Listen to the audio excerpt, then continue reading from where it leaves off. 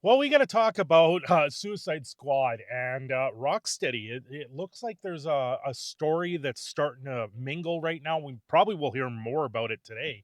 But the one, the only Vera Dark, recently reaching 90,000 subscribers. Congratulations to Vera Dark. She's on that road to 100K.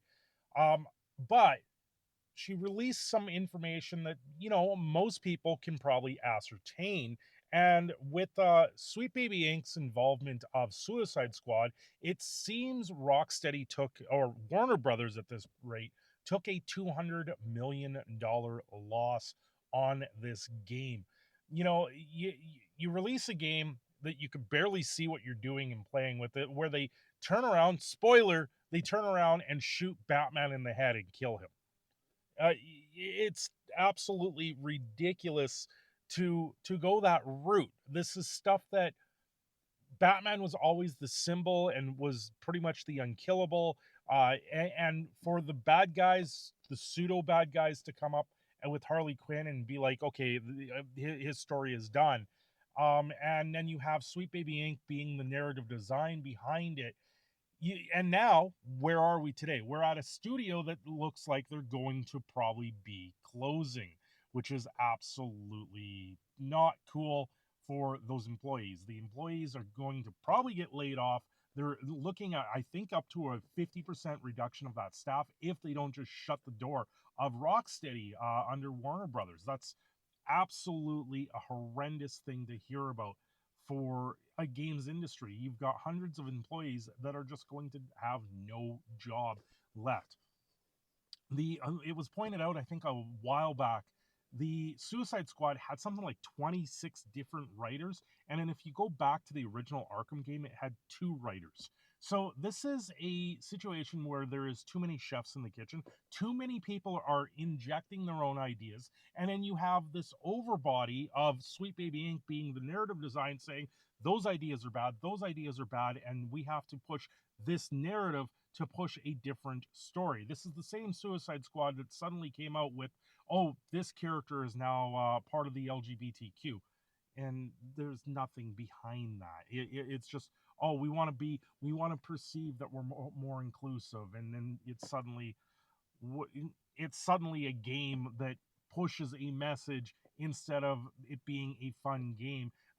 Then it becomes a buggy nightmare, and it doesn't live up to the standards of an Arkham game. And that's what Suicide Squad was supposed to be. It was supposed to live up to the standards of a game of the year. And no, they just crapped on the entire idea. They turned to Batman and said, "You're no longer part of the series. You're out. You're out." And it's all about Harley Quinn and a Suicide Squad. And this whole push for the anti-hero, in this sense, that's what Batman was supposed to be. He was the vigilante. He was the anti-hero. And now they've just rewritten that whole story and said Batman is no longer the anti-hero. It's all about everyone else re- being reborn and being controlled. And it's absolutely horrible. Uh, I've watched some gameplay for mostly Vera playing through, because the game was abysmal. I barely could watch that game. Just the little bit that I did watch, life does get involved in stuff. But at the same time, what I did watch, you couldn't even tell what was going on the screen. Screen, you have gameplay where you've got all these explosions happening, and that doesn't make a good game.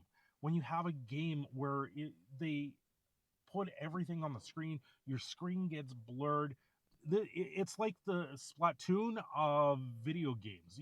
Splatoon, or the ink from like Mario Kart, you have that type of thing in Mario Kart for a reason. It's supposed to be a hindrance. But when you have a game like Suicide Squad of the Arkham series and you have everything against the screen, it's not supposed to be a hindrance. You're supposed to be able to do things in the game and play the game and not have this motion blur and have this absolute blackout on your screen that you can't even tell what's going on. Bright lights, everything like that. I'm surprised there's not even a seizure inducing warning for that game because of how much it actually covers it up. The HUD of games that get completely flooded with this stuff. It makes it impossible to play these games. It makes them impossible to have fun, and that is part of the issues and why we're going to see Warner Brothers pretty much shut the doors of Rocksteady or move on, have their employees move on. It's going to be another belly up company because Sweet Baby Inc. was involved in it. They push the narratives on top of everything else with the game, and you just sit there and you go, this is silly. You know, them killing Batman was supposed to be some sort of statement against the modern day telling of everything going on in law enforcement, in video games, in what's going on in the political sphere. And they thought they were doing themselves a favor, or thought they were doing themselves telling a good story, when no, that's not what the story is. Like I said, Batman was always the anti-hero, was something different, but he always had a set of morals and a set ground. And telling that story, having Batman always succeed, was what made him the hero and the anti-hero. You suddenly turn around and you cap them in the back of the head, or you cap them in the head, and then it's all over. And you're like, well, yeah, life happens, but that's the whole idea of it being a comic book or a comic book character. It's supposed to be fantastical. It's supposed to be something more. They're supposed to uphold, and then you have so much more behind it, and then it just fell flat on its face because of it. No one wanted that story, and that's why everyone's like, I'm not going to play this. Why their numbers dwindled, why they lost $200 million.